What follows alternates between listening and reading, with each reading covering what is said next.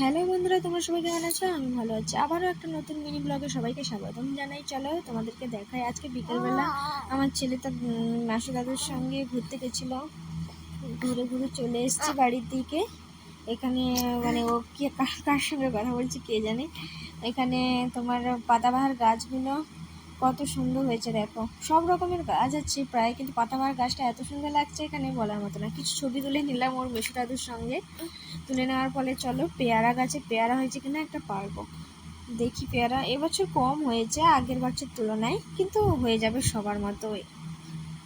এখানে দেখো একটা পারা যায় নাকি না, এগুলো এখনো হবে না। একটা পেয়েছি, এইটা খাওয়ার মতো হবে বলে তুলে নিলাম। নিয়ে ওখানে দেখো মেসো দাদু মেসো ঠাম্মি আর এখানে ও আছে কি খেলা করছে। এখানে দেখো ফুলের গাছটা কত সুন্দর। দেখো এখানে তার মাসু ঠাম্মির কাছে আছে। এখানে আজকের মতো এইটুকুই থাক। Tata, bye bye. সবাই ভালো থাকবে, সুস্থ থাকবে, সবাই ভালো থাকবে।